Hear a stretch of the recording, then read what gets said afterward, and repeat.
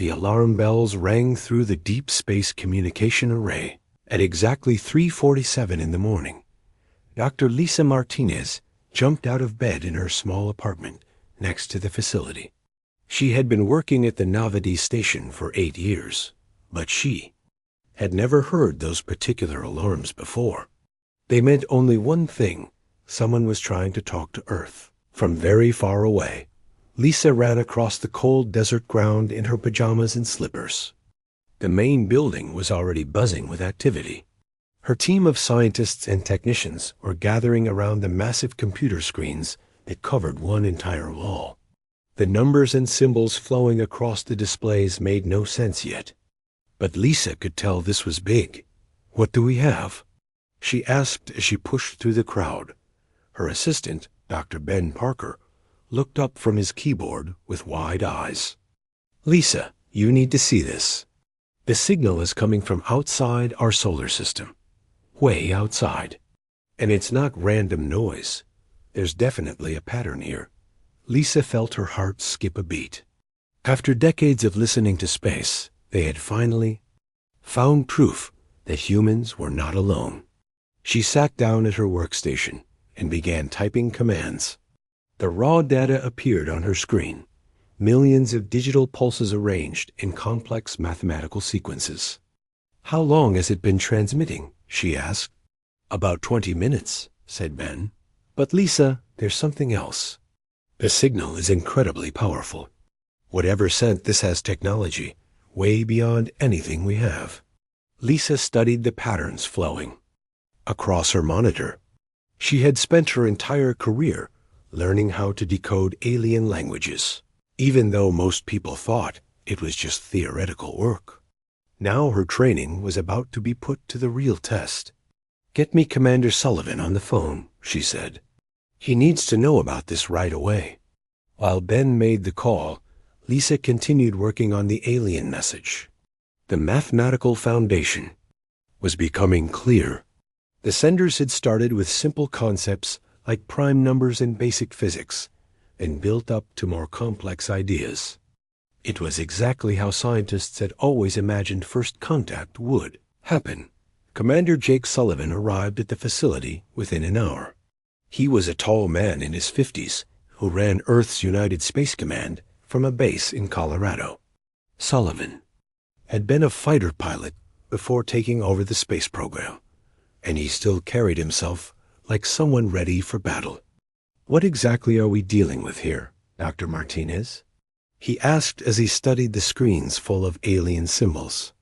"It's a message, Commander, a very sophisticated one. Give me another few hours, and I should be able to translate most of it." Sullivan nodded. "I'm calling an emergency meeting in Washington. The President needs to hear about this as soon as possible." "How long before you have something we can understand?" Lisa looked at the progress her computers were making. The translation software was working through thousands of possible meanings for each symbol. 6 hours, maybe 8. The aliens were very careful to make their message clear. "Aliens," Sullivan repeated slowly. "I guess we always knew this day might come." As the hours passed, more people arrived at the facility. Government officials, military officers, and scientists from around the world flew in to watch the translation process. Lisa barely noticed them. She was completely focused on the patterns emerging from the alien data. The message was becoming clearer with each passing hour. The aliens had identified themselves as representatives of something called the Galactic Council. They knew about Earth and had been watching human space exploration. Lisa felt excited and terrified at the same time. By noon, she had enough of the translation completed to understand the basic meaning. She printed out the decoded text with shaking hands and walked over to where Commander Sullivan was waiting with a room full of officials. "Ladies and gentlemen," she said, "I have the translated message." The room fell completely silent. Lisa cleared her throat and began to read. "Primitive species of Sol 3, your expansion into space has been noted. The Galactic Council, representing 12 advanced civilizations of this sector, has observed your recent activities beyond your home world. Your violent nature and destructive tendencies have been documented through your own transmissions and historical records. Lisa paused and looked around the room. Every face was focused on her with intense concentration. Cease all interstellar activities immediately. Your species poses a significant threat to the established order of civilized space. No further expansion beyond your solar system will be tolerated.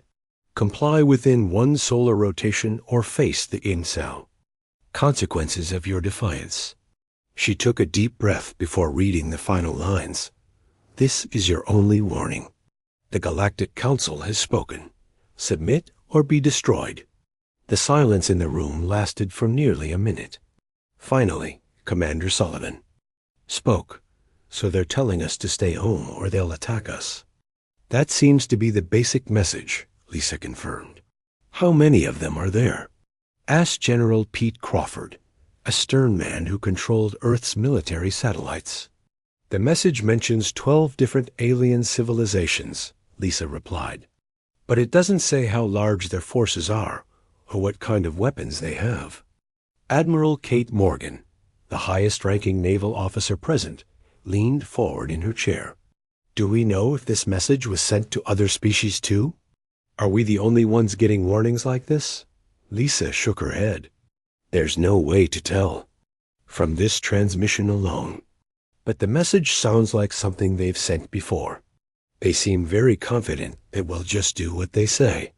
Commander Sullivan stood up and walked to the window overlooking the desert. They expect us to be scared, he said quietly. They think we'll just give up our space program because they told us to. Maybe we should consider their demands, suggested Dr. Amy Foster, a diplomat who had flown in from the State Department. If they have technology advanced enough to send this message from another star system, they probably have weapons we can't imagine. Or maybe, said Sullivan, turning back to face the room, they're used to dealing with species that surrender without a fight. Maybe they don't know what humans are really like. Lisa watched the debate that followed with fascination. The aliens had clearly expected their warning to end the discussion. They'd probably thought humans would immediately stop all space activities and wait for further instructions. But as she listened to the arguments filling the room, Lisa realized the aliens had made a serious mistake. They had underestimated humanity. The next morning, President Helen Davis sat in the Oval Office, reading the alien message for the 5th time. She had been president for 3 years, but nothing in her political career had prepared her for this moment. Outside her window, Washington, D.C. looked exactly the same as always, but everything had changed overnight. So what are options? She asked the room full of advisors surrounding her desk. Secretary of Defense Robert Clark spoke first. Madam President, our military analysts believe we should take this threat seriously. If these aliens can send messages across interstellar space, their weapons are probably far beyond our current capabilities. Are you suggesting we just give up our space program? Asked President Davis. I'm suggesting we consider it, Clark replied. We have 3 space stations, 12 moon bases, and exploration missions heading to Mars and Jupiter. If we shut everything down now, maybe they'll leave us alone. Dr. Amy Foster, who had been promoted to Chief Diplomatic Advisor overnight, shook her head. With respect, Mr. Secretary, that's exactly what they expect us to do. The message reads, like a standard ultimatum. They've probably sent similar warnings to other species. And how did those other species respond? Asked the President. We don't know, admitted Dr. Foster. But the aliens seem very confident that their warning will work. They didn't even bother to negotiate or explain their position in detail. President. Davis turned to Commander Sullivan, who had flown in from Nevada. Jake, what's your assessment of the situation? Sullivan had been thinking about this question all night. Madam President, I believe we're dealing with bullies. They're used to threatening weaker species and having them surrender immediately. The message is designed to make us afraid, not to start a conversation. But what if they really do have superior weapons? Asked Clark. Then we'll deal with that when it happens, Sullivan replied. But I don't think we should make decisions based on fear of what might happen. President Davis stood up and walked to the window. She could see tourists taking pictures of the White House, completely unaware that the future of humanity was being decided inside. What kind of message do we send back? She asked. Dr. Foster opened her briefcase and pulled out a folder. I've been working on that, Madam President. I think we should respond in a way they won't expect. What do you mean? Every species they've contacted before probably responded with either immediate surrender or angry defiance. We should do neither. We should be polite. The room fell silent. Secretary Clark looked confused. Polite? Think about it, Dr. Foster continued. They sent us a threatening message, expecting us to be terrified. What if we thank them for their concern instead? What if we treat their warning as helpful advice from neighbors? President Davis smiled for the first time since the alien message had arrived. You want to confuse them. Exactly. We acknowledge their message, thank them for their warning, and then politely decline to follow their demands. We turn their ultimatum into the opening of a conversation. Commander Sullivan laughed. They'll have no idea how to respond to that. It's risky, warned Secretary Clark. If we don't take their threat seriously, they might attack immediately. They might attack anyway, said President Davis. At least this way, we maintain our dignity. Dr. Foster pulled out her draft response. Here's what I've written so far. She cleared her throat and began reading. Esteemed Galactic Council, we have received your message dated by our calendar as yesterday. We want to thank you for taking the time to contact us and for your concern about our expansion into space. It is good to know that other civilizations are paying attention to our progress. President Davis nodded approvingly. Continue. We appreciate your warning about the potential dangers of space exploration. However, after careful consideration, we must respectfully decline your request to cease our activities. Space exploration is an important part of human nature, and we cannot simply stop because of potential risks. That's the key part, Sullivan said. We're not defying them out of anger. We're just explaining that we can't do what they want. Dr. Foster continued reading. We would very much like to meet with representatives of the Galactic Council to discuss our differences. Perhaps we can find a solution that works for everyone. We believe that communication is always better than conflict. And the ending? Asked President Davis. We extend an invitation for peaceful dialogue at your convenience. We hope this message finds you in good health and happiness. Sincerely, the people of Earth. The room was quiet for a moment. Finally, President Davis spoke. It's perfect. We sound reasonable, friendly, and completely unintimidated. But what if they don't want to talk? Asked Clark. Then we'll figure out what to do next, said Sullivan. But at least we'll have tried diplomacy first. President Davis returned to her desk. Send the message. And Jake, I want you to quietly begin preparing our space forces. Not for an attack, but for defense. If these aliens decide to visit us in person, I want us to be ready. Yes, Madam President. 3 days later, Dr. Lisa Martinez was back at the communication array, monitoring space for any response from the Galactic Council. The team had sent Earth's reply using the same frequency and signal pattern as the original alien message. Now they could only wait. Any word from our new friends? Asked Dr. Ben Parker as he brought Lisa her morning coffee. Nothing yet, she replied. But I'm starting to pick up some interesting background chatter. What kind of chatter? Lisa pointed to her secondary monitors, which showed dozens of different signal patterns. These are communications between alien ships. I can't translate them yet, but the traffic has increased dramatically since we sent our response. They're talking about us?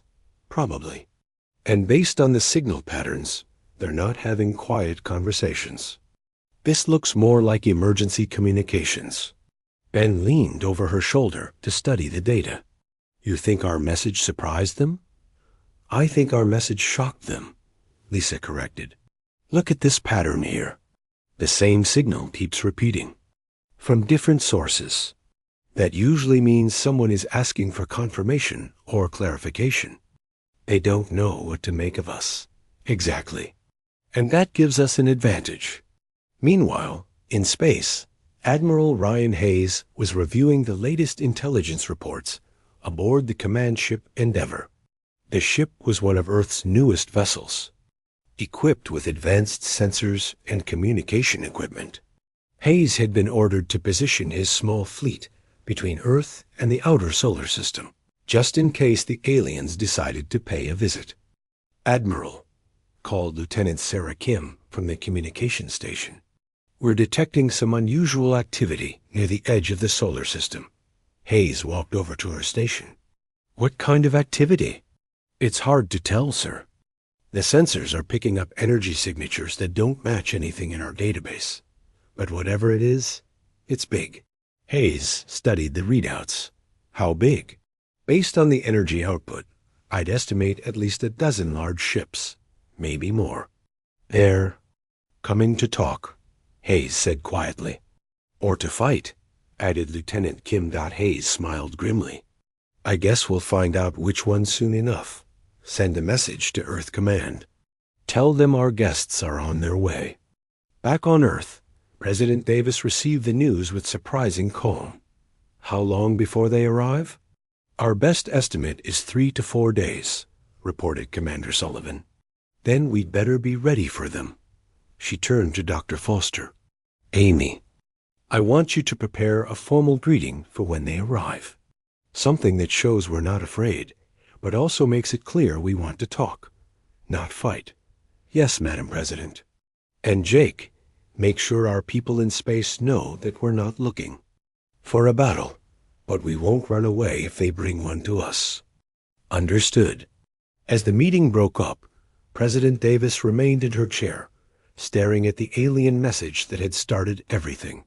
Somewhere out there, 12 advanced civilizations were probably debating what to do about the strange species that had thanked them for a threat and then politely refused to obey. She hoped they would choose to talk. 3 months had passed since Earth sent its polite reply to the Galactic Council. During that time, the world had changed in ways that most people could not see. While news reports talked about normal politics and daily life, governments around, the planet were secretly preparing for the biggest moment in human history. Dr. Lisa Martinez had moved her entire team to a new facility built underground in Colorado.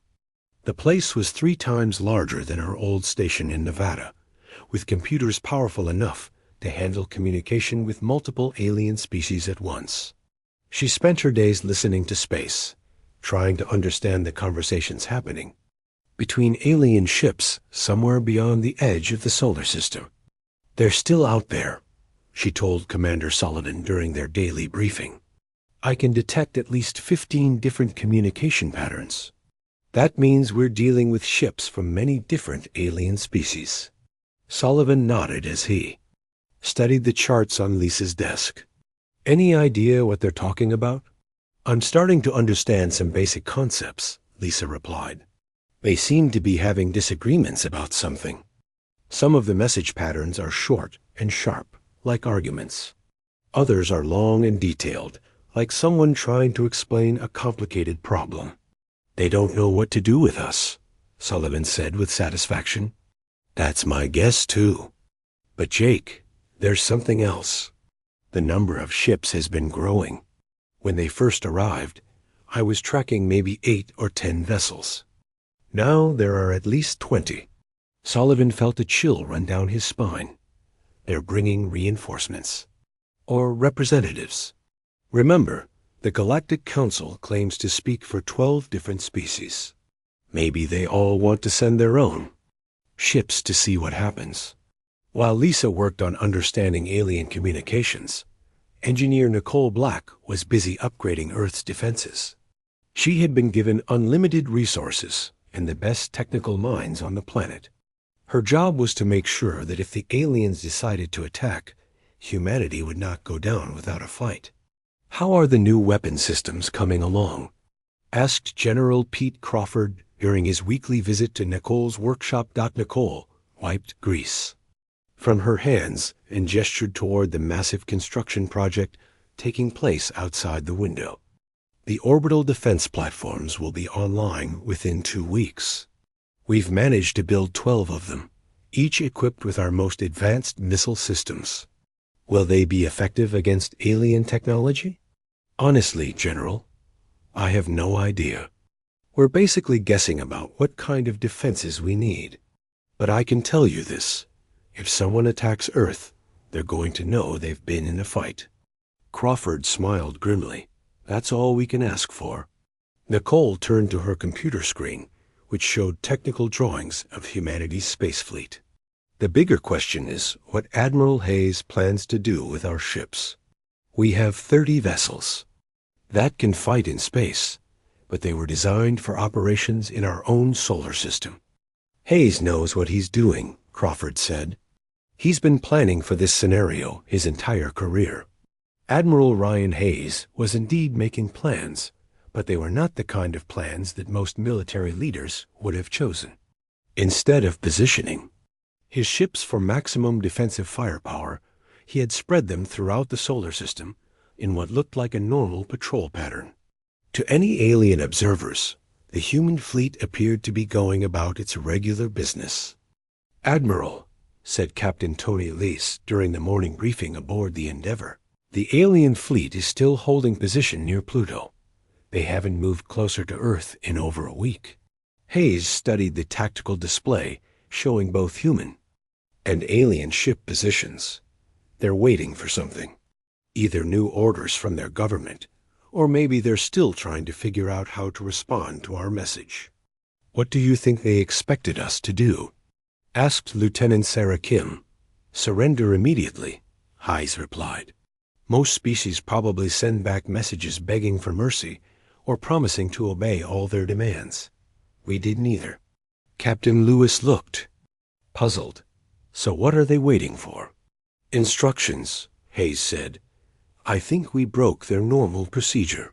Now they have to ask their superiors what to do next." The waiting ended on a Tuesday morning when every communication array on Earth detected the same signal at exactly the same time. The alien fleet was moving toward the inner solar system. Dr. Lisa Martinez called Commander Sullivan immediately. "Jake, they're coming. All 23 ships just changed course, and they're heading our way. How long do we have? At their current speed, they'll reach the space between Mars and Jupiter in about 18 hours. Sullivan felt his heart start beating faster. That's where Hayes is waiting for them. "Jake, there's something else." Just before they started moving, I detected a massive transmission from their fleet toward deep space. I think they were reporting to their home governments. Telling them what? Probably that they're about to make contact with the strange species. That thanked them for a threat. Sullivan immediately called Admiral Hayes. "Ryan, how are you feeling about meeting our visitors?" Hayes was standing on the bridge of his flagship, watching his crew make final preparations. "We're as ready as we'll ever be, Jake. My ships are in position, and everyone knows their job." "What's the plan when they arrive?" "We're going to do exactly what we've been doing since this whole thing started," Hayes replied. "We're going to be polite, friendly, and completely unafraid." 18 hours later, the two fleets faced each other in the cold emptiness of space between Mars and Jupiter. The alien ships were unlike anything humans had ever imagined. Each vessel was at least 5 times larger than Earth's biggest space station, and they came in 12 different designs that clearly represented different alien species. Admiral Hayes stood on his bridge, looking at the massive alien fleet through the main view screen. His own 30 ships looked tiny in comparison, like fishing boats facing an aircraft carrier. But Hayes felt calm as he opened communication channels. "This is Admiral Ryan Hayes of the Earth Space Command, speaking for the people of Earth. Welcome to our solar system. We are honored by your visit." The response came immediately, transmitted on multiple frequencies in perfect English. The voice was deep and mechanical, clearly coming through some kind of translation device. "This is Council Admiral Krevthis of the Hegemony Fleet, speaking for the Galactic Council. We have come to accept your surrender and discuss the terms of your compliance with Council directives." Hayes smiled at his communication officer, Lieutenant Kim, who was recording everything. "Admiral Krevthis, I'm afraid there's been a misunderstanding. We're not here to surrender. We're here to talk." There was a long pause before the alien voice responded. "Talk? Yes, talk. You sent us a message asking us to stop our space activities. We sent you a message explaining that we couldn't do that, but we'd be happy to discuss the situation. So here we are, ready to discuss." Another pause, this one even longer. Hayes could imagine the confusion aboard the alien command ship. "You refuse to surrender?" the voice finally asked. "We refuse to give up our right to explore space," Hayes corrected. "But we don't refuse to find a solution that works for everyone. Surely the great Galactic Council can appreciate the difference." Hayes waited for a response, knowing that the next few minutes would determine whether humanity's first contact with alien civilization would end in war or peace. In the space between the two fleets, the future of two different species hung in the balance. "We require time to consider your position," the alien voice finally said. "Take all the time you need." Hayes replied, "We're not going anywhere." For 3 days, the two fleets sat facing each other in the darkness of space. The alien ships maintained their formation, while the human vessels continued their normal patrol patterns. To anyone watching from Earth, it looked like the strangest standoff in history. Dr. Amy Foster had been promoted again, this time to Earth's chief Xena diplomat. She was now aboard Admiral Hayes' flagship, preparing for the most important negotiations in human history. Her small office was filled with books about diplomacy, alien psychology theories, and translation equipment that Dr. Lisa Martinez had designed specifically for this mission. "Any word from our visitors?" Hayes asked as he entered her office. Amy looked up from the alien message she was studying for the 100th time. "They've been sending communications back to their home worlds almost constantly. Dr. Martinez thinks they're asking for instructions on how to handle us." "Because we're not following their script," Hayes said with a slight smile. "Exactly. Every other species they've encountered probably either surrendered immediately or declared war. We're doing neither, and it's confusing them." Hayes sat down. Across from her desk. "What do you think they'll decide?" "I think they'll try to negotiate, but on their terms. They'll present us with a list of demands and expect us to accept most of them. That's probably how they've handled every other species." "And what do we do when that happens?" Amy pulled out a thick folder full of notes. "We continue being polite. We listen to their demands, thank them for their suggestions, and then offer alternatives. We turn every demand into a discussion." Before Hayes could respond, Lieutenant Sarah Kim's voice came over the ship's communication system. "Admiral Hayes to the bridge, please. Our guests want to talk." Hayes and Amy hurried to the bridge, where the main view screen showed the largest of the alien ships. It was a massive vessel, shaped like a triangle, with strange symbols glowing along its sides. The ship was easily 10 times larger than any human vessel. "Admiral Hayes," came the now familiar mechanical voice of Admiral Krevthis. "The Galactic Council has decided to discuss terms for your compliance. We will transmit our requirements." "We're ready to listen," Hayes replied. The alien transmission began immediately. Amy watched as the translated text appeared on her screen. The demands were exactly what she had expected, but seeing them written out still made her stomach turn. The species of Sol 3 will immediately cease all activities beyond their home world, the message began. All space stations, lunar facilities, and exploration vessels will be abandoned. The species will accept Galactic Council oversight of their technological development. Population growth will be limited to levels approved by the Council. A tribute of natural resources will be paid annually to support Council operations. Amy continued reading as the list grew longer. The aliens wanted to control human reproduction, limit human technology, and essentially turn Earth into a colony. When the transmission ended, Hayes looked at her with raised eyebrows. "Well?" he asked. "They want to turn us into slaves," Amy said quietly. "Polite slaves, but slaves nonetheless." Hayes activated the communication system. "Admiral Krefvis, we have received your proposals. We appreciate the time you took to prepare them. However, we have some alternative suggestions that might work better for both our species." There was a pause before the alien voice responded. "Alternative suggestions?" "Yes. Instead of abandoning our space facilities, we could establish joint research stations where human and alien scientists work together. Instead of limiting our population, we could discuss colonization of uninhabited worlds that don't interfere with existing civilizations. Instead of paying tribute, we could establish mutual trade agreements that benefit everyone." Amy watched her instruments as the alien fleet suddenly increased their communication activity. Ships were sending rapid messages back and forth, and several were transmitting to deep space again. "This is not a negotiation," Admiral Krefvis finally said. "These are the terms of your surrender. You will accept them or face the consequences." Hayes looked at Amy, who nodded encouragingly. "Admiral Krefvis, we understand that you're used to dealing with species that surrender when threatened. But humans are different. We don't surrender just because someone has bigger ships than we do. Then you choose war?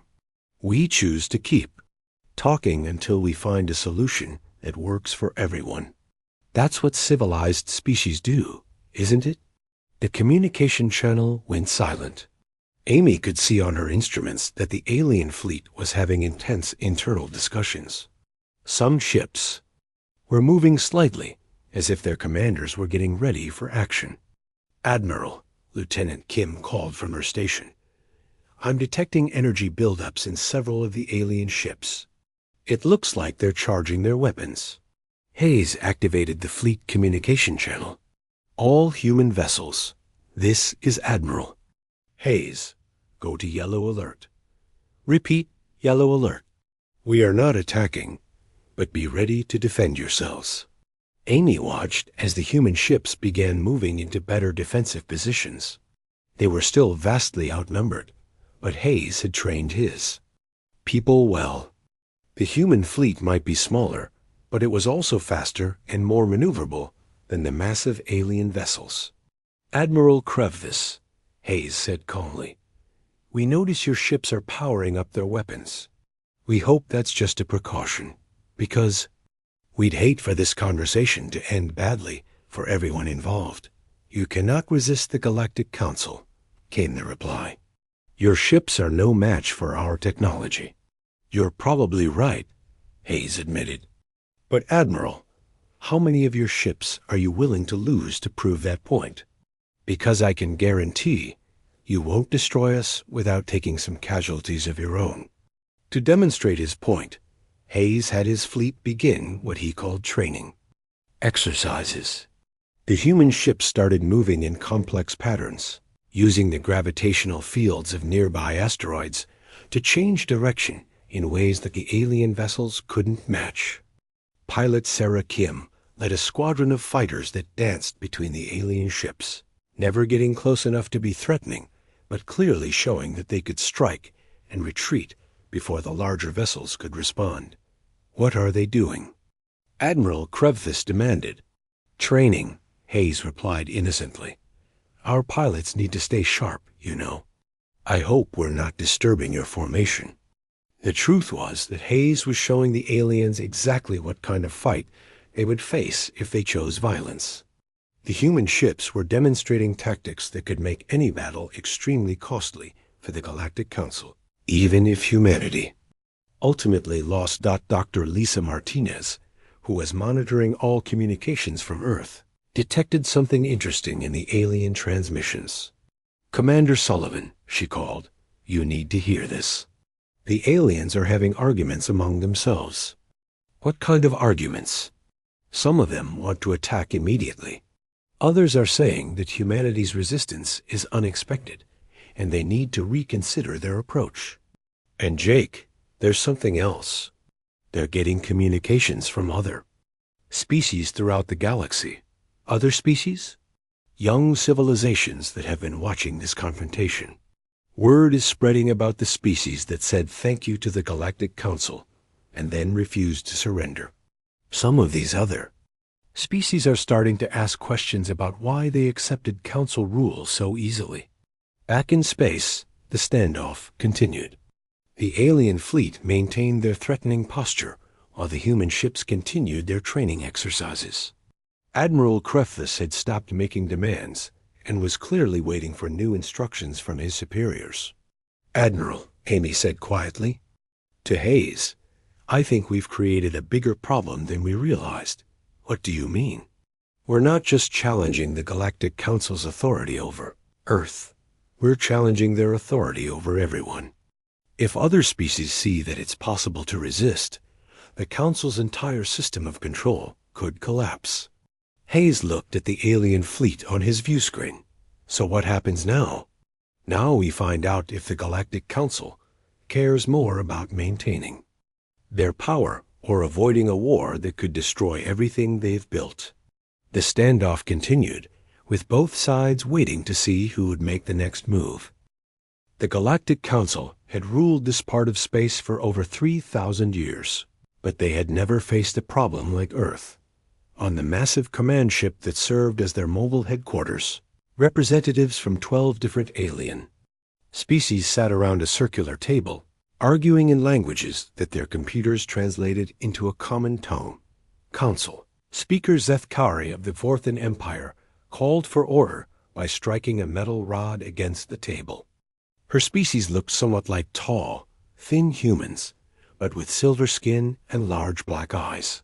She had been the Council's leader for 20 years and had never seen her colleagues so divided. "We must reach a decision," she announced to the group. "Admiral Krefthus is waiting for instructions, and the humans continue to resist our authority." Military Commander Vashtai of the Dominion slammed his fist on the table. His species was large and muscular, with thick armor-like skin that had evolved on a high-gravity world. "The solution is simple. Destroy their fleet and bombard their planet until they surrender." "We have done this before, have we?" asked Science Director Yel Mora of the Collective. Her species had large heads and delicate features, the result of millions of years of intellectual evolution. "When was the last time we actually had to destroy a species for refusing our demands?" The table fell silent. Council members looked at each other uncomfortably. "It has been 800 years, admitted Trade Coordinator Blexton of the Commerce Guild. His species was small and practical, evolved from creatures that lived in underground tunnels. Most species surrender immediately when they receive our warning message, and the few that don't surrender usually attack us first," added Defense Minister Korthfall of the Security Alliance. "They make it easy for us to justify destroying them." Speaker Zethkari nodded slowly. "But these humans have done neither. They thanked us for our warning, politely refused our demands, and then invited us to negotiate. They are not surrendering, but they are also not attacking us." "They are making us look weak," growled Commander Vashtai. "Every species in the galaxy is watching this confrontation. If we allow the humans to resist our authority, others will follow their example." "That is exactly what is happening," said Information Minister Quinder of the network. His species had evolved the ability to process vast amounts of data simultaneously. We are receiving reports from monitoring stations throughout the galaxy. Young civilizations are asking questions about Council authority. Some are even demanding to renegotiate their treaties with us. The implications of this news hit the Council members like a physical blow. Their entire system of government was based on the idea that resistance to the Council was impossible.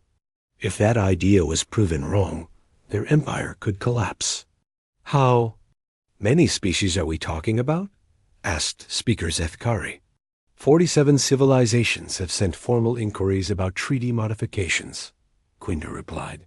62 others have requested copies of their original surrender documents. And the Thermal Confederation has actually sent a message similar to the one Earth sent us. They thanked us for a threat? Commander Vashtai asked in disbelief. They thanked us for our past guidance and then politely informed us that they would be expanding their territory beyond the limits we had set for them. They said they hoped we could find a mutually beneficial solution. Speaker Zethkari felt a cold fear growing in her stomach. The Thermal Confederation controlled 6 star systems and had always been one of their most obedient subjects. If they were rebelling, the situation was even worse than she had thought. We could destroy the human fleet easily, said Commander Vashtai. Their ships are primitive compared to ours. And then what? Asked Science Director Yalmora. Do we destroy every species that copies their example? Do we spend the next century fighting wars against half the galaxy? The humans are testing us, said Defense Minister Korthval. They want to see if we will actually use force to maintain our authority. No, disagreed cultural analyst Nemri of the Harmony Circle. Her species had evolved advanced empathy and could read emotional patterns in other beings. The humans genuinely want to negotiate. Their diplomatic communications show no signs of deception or hidden aggression. They truly believe that a peaceful solution is possible. That makes them even more dangerous, said Trade Coordinator Blexton. If they actually succeed in negotiating with us as equals, every species in the galaxy will expect the same treatment. Meanwhile, on Earth, Intelligence Officer Quinn Roberts was monitoring alien communications from a secret facility in Montana. Quinn had been trained in electronic surveillance and had spent the last month learning to interpret alien signal patterns. What she was discovering was more valuable than gold. Commander Sullivan, she said into her secure phone, you need to hear this. The aliens are having serious disagreements about what to do with us. What kind of disagreements? Sullivan asked. Their military commanders want to attack us immediately, but their civilian leaders are worried about the consequences. And Jake, there's something bigger happening. Other alien species are watching this confrontation and starting to question the Council's authority.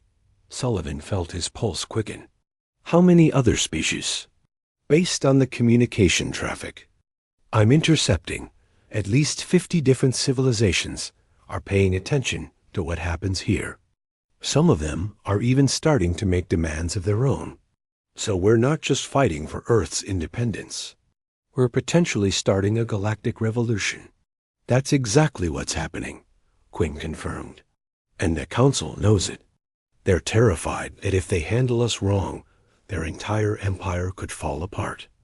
Back in space, Dr. Amy Foster was working on a new diplomatic proposal when Lieutenant Sarah Kim called her to the bridge. Ma'am, we're receiving a communication from the alien fleet, but it's not coming from Admiral Krevthis.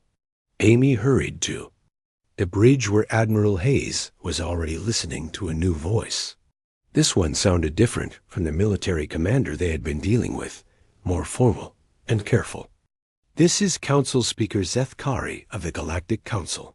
We request a direct meeting with your diplomatic representative to discuss the current situation. Hayes looked at Amy, who nodded. This is Admiral Hayes, our chief diplomat, Dr. Amy. Foster would be honored to meet with you. Where would you suggest we hold this meeting? We propose a neutral location. One of our smaller vessels will meet one of yours at the coordinates we are transmitting. Both ships will be unarmed and accompanied by minimal crews. Amy felt her heart racing. This was the breakthrough they had been hoping for? The Council was finally willing to treat humanity as equals in a formal negotiation. "We accept your proposal," Hayes replied. "Dr. Foster will represent Earth in these discussions." After the communication ended, Hayes turned to Amy. "Are you ready for this?" Amy looked at the massive alien fleet through the view screen. Somewhere out there, the most powerful government in the galaxy was struggling to decide whether to negotiate with humanity or destroy them. The future of both species would depend on what happened in the next few hours. "As ready as anyone can. Be for the most important conversation in human history," she replied. Dr. Ben Parker, who had been monitoring the exchange from his station, looked up with concern. "Amy, what if this is a trap? What if they're just trying to get you alone so they can capture you?" Amy considered this possibility, then shook her head. "If they wanted to capture us, they wouldn't need a trick. They have enough firepower, too.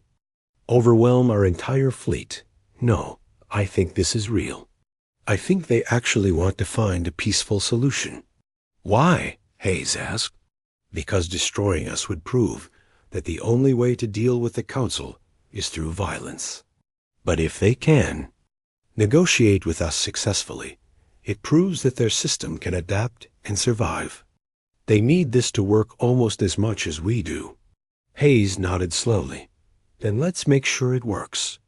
Within 2 hours, Amy was aboard a small human shuttle heading toward the designated meeting point. Behind her, the human and alien fleets waited to see if diplomacy could succeed where force had failed. The future of the galaxy hung in the balance. The meeting took place aboard a small alien shuttle that looked like a silver egg floating in space. Dr. Amy Foster sat across from Council Speaker Zethkari at a simple metal table. The alien leader was taller than any human, with silver skin that seemed to glow softly in the dim light. Her large black eyes studied Amy with what seemed like genuine curiosity. "You are not what we expected," Zethkari said through her translation device. "What did you expect?" Amy asked. "Fear, anger, desperation.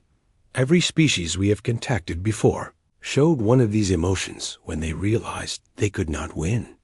A war against us." Amy smiled. "We're not trying to win a war, Speaker Zethkari. We're trying to avoid one. By refusing our demands? By offering alternatives. There's a difference." Zethkari was quiet for a long moment. "Your species fascinates. U.S. In 3,000 years of Council rule, no civilization has ever thanked us for a threat.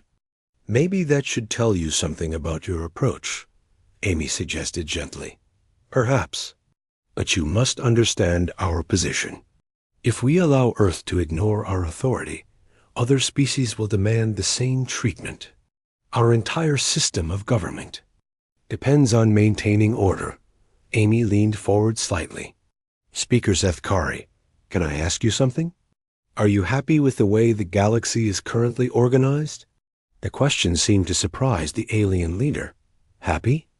Do you enjoy spending your time threatening younger species and enforcing tribute payments? Do you think this is the best way for advanced civilizations to interact?" Zethkari's large eyes seemed to become even more thoughtful. "We maintain peace and stability across hundreds of star systems. Through fear, through strength. What if there was a better way?" Before Zethkari could answer, both women were interrupted by an urgent communication from their respective fleets. Amy's earpiece crackled with Admiral Hayes' voice. "Amy, we've got a situation developing.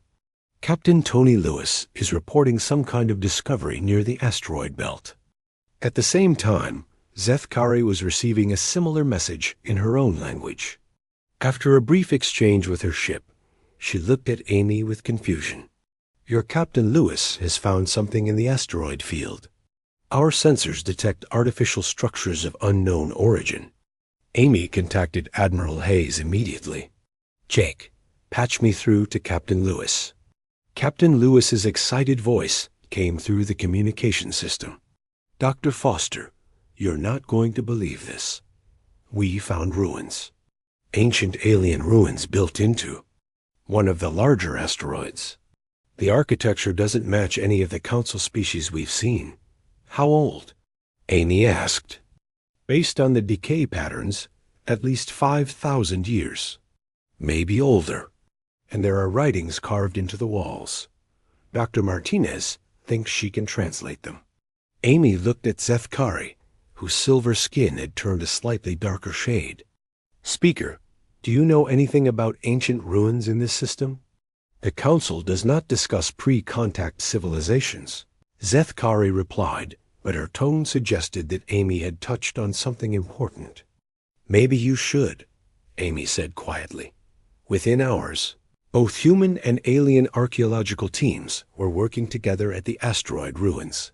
Dr. Lisa Martinez found herself working alongside alien scientists who had technology far more advanced than anything Earth had developed. Despite their vast technological differences, the scientists from both species found they had something important in common: curiosity. "The writing is definitely artificial," Lisa reported to both Admiral Hayes and Speaker Zethkari. "But it's not like any language I've ever seen. The symbols seem to combine mathematical concepts with what might be emotional or philosophical ideas." Alien archaeologist Veltar of the research cast worked alongside Lisa, his multiple arms allowing him to analyze several sections of writing simultaneously. "These symbols match records from our oldest archives," he admitted. "We have encountered similar writings on 3 other worlds. What do they say?" Amy asked. Lisa and Veltar exchanged glances before Lisa spoke. "It's a historical record. The species that built this was contacted by an early version of the Galactic Council about 6,000 years ago. They received the same kind of warning that Earth got. And," Zethkari asked, though her tone suggested she already knew the answer. "They refused to surrender," Veltar said quietly. "Just like humanity. They offered to negotiate as equals and suggested alternatives to council rule. What happened to them?"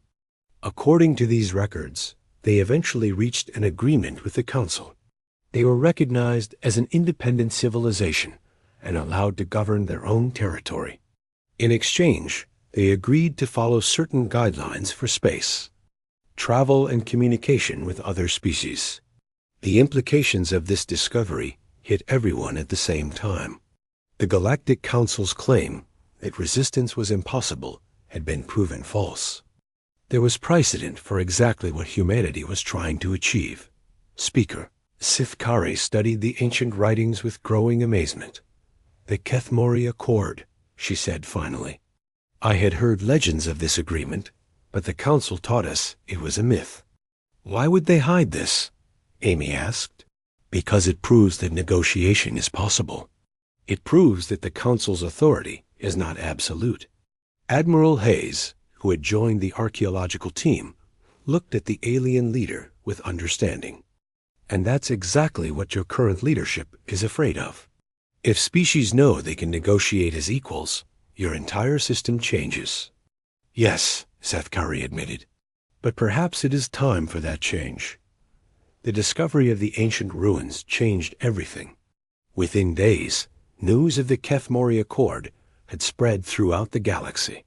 Species that had submitted to council rule for centuries began demanding to see their original treaties.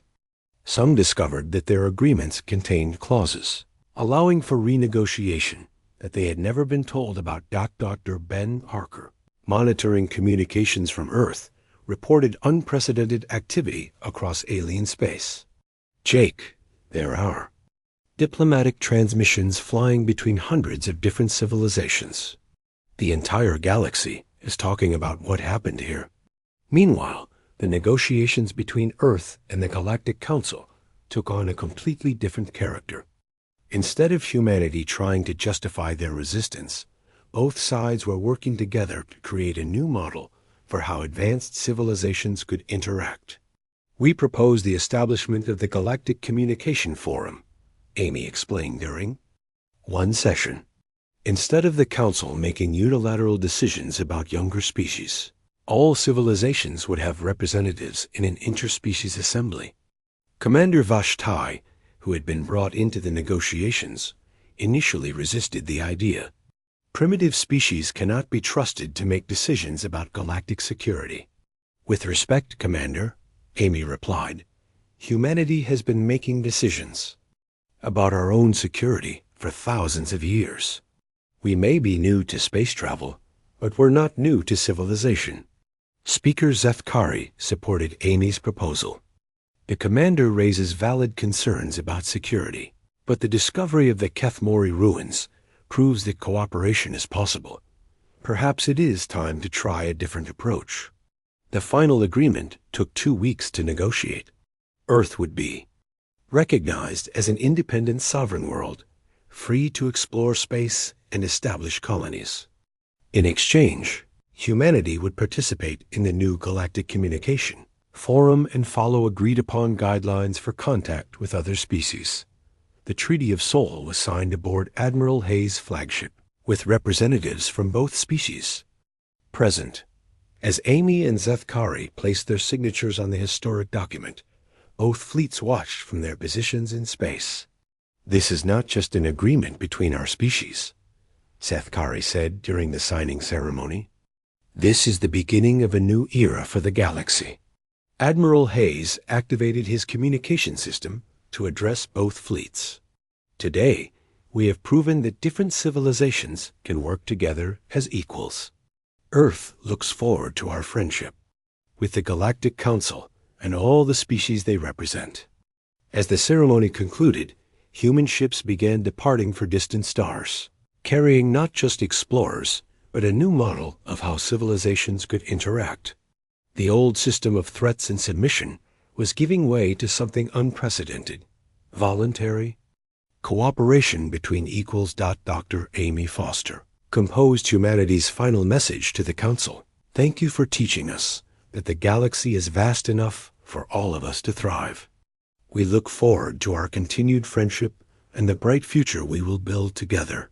The message was transmitted to every species in the galaxy, and for the first time in millennia, the response was not fear but hope. The age of galactic tyranny was ending, and the age of galactic cooperation had begun.